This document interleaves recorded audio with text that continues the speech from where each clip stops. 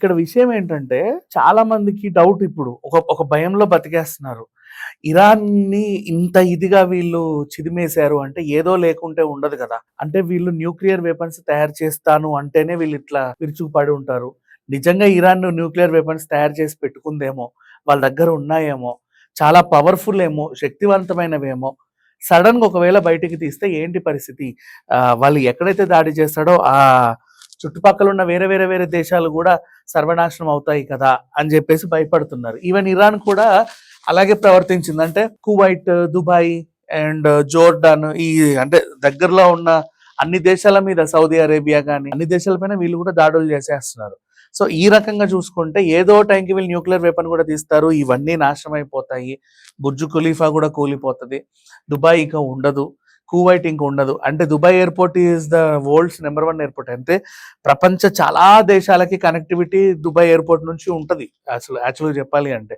అట్లాంటి ఎయిర్‌పోర్ట్‌ని కూడా ధ్వంసం చేస్తారు. ఇప్పటికే చాలా ఫ్లైట్‌లు క్యాన్సిల్ అయిపోయాయి అని చెప్పేసి భయపడుతున్నారు. యాక్చువల్‌గా చాలా మందికి తెలియని విషయం ఏంటంటే అసలు మా దగ్గర న్యూక్లియర్ వెపన్సే లేవు. మేము యురేనియాన్ని వాడుకునేది మెడికల్ పర్పస్, ఇంకది ఏదో పర్పస్, కరెంట్ పర్పసే కానీ న్యూక్లియర్ వెపన్స్ తయారు చేయడానికి కాదని ఇరాన్ ఎప్పటినుంచో చెబుతా ఉంది. మరి అయినా సరే వీళ్ళు ఎందుకు దాడులు చేశారో తెలియదు. ఇజ్రాయెల్ దగ్గర ఉన్నాయి మళ్ళీ న్యూక్లియర్ వెపన్స్ 80 90 చెప్పాలి అంటే. అండ్ మన దేశంలోనే ఒక 150 వరకు ఉంటే, పాకిస్తాన్‌లో కూడా 140 వరకు ఉన్నాయి. ఒక 10 అటు ఇటు అంతే ఇంకా చెప్పాలి అంటే. అమెరికా దగ్గర అత్యధికంగా 5,000 పైగా ఉన్నాయని ఒక వార్త. బట్ తెలీదు. వాళ్ళు ఎవరు ప్రకటించుకున్నప్పుడు మనం అనుకోవడం వేస్ట్.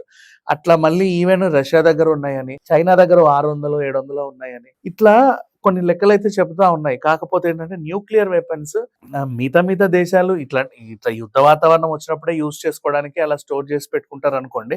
కానీ ఇరాన్ మాత్రం ప్రపంచవ్యాప్తంగా తనకి తాను ప్రకటించుకుంది, మేము న్యూక్లియర్ వెపన్స్ ఒక్కటి కూడా లేని దేశం మాది అని. మేబీ అక్కడే లోకువ అయిపోయింది. ఓహో వీళ్ళ దగ్గర అవి లేవు అంటే ఇంకా ఏమీ ఉండవు, అందుకని చెప్పి ఈజీగా దాడి చేయగలిగితే వాళ్ళు ప్రతి దాడి చేయలేరు అనుకుని వీళ్ళు దాడి చేశారా తెలియదు. కానీ మొత్తానికైతే ఇరాన్లో అయితే న్యూక్లియర్ వెపన్స్ లేవని వాళ్ళు ప్రకటించుకున్నారు.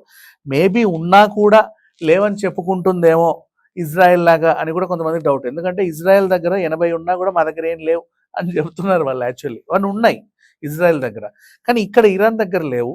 కానీ ఇప్పుడున్న భయాలు ఏంటంటే వీళ్ళని ఇంత ఇదిగా దాడి చేస్తున్నారు, వీళ్ళకి కూడా ప్రతీకారం తీర్చుకోవాలని ఏదో ఉంటది, అందుకు చుట్టుపక్కల దేశాలన్నీ నాశనం చేస్తున్నారు. ఏదో టైంకి న్యూక్లియర్ వెపన్ బయట పెడతారు, పేల్చేస్తారు, ఏదో అయిపోతుందని భయపడుతున్నారు. దయచేసి అలాంటి భయాలేం పెట్టుకోకండి. ఎందుకంటే ఇప్పటికి భయపడుతున్న భయం చాలు. చాలా మంది దుబాయ్‌లో ఇరుక్కున్నారు. మన సెలబ్రిటీలు గానీ, చిన్నపిల్లలు గానీ, పీవీ సింధు గానీ, ఇంకా బోలెడంత మంది. సో ఇంకా ఇట్లాంటి వార్తలు స్ప్రెడ్ చేసి వాళ్ళని భయాందోళనకు గురి చేయకండి.